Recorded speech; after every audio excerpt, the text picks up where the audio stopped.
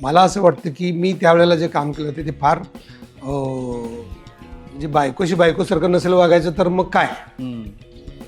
आणि नाटक तर म्हणते की तुमची बायको आहे आणि तुम्ही बोलताय तर लय जोरजोरात पण प्रत्यक्ष तर लय लांबून लांबून वागताय.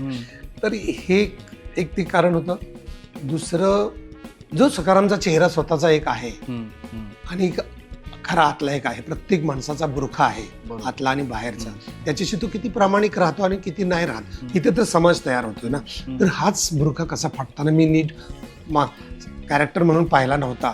तर आता मी तो विचार करतोय की त्यावेळेला मी जरा सरधोपट मार्गानेच केला का तो.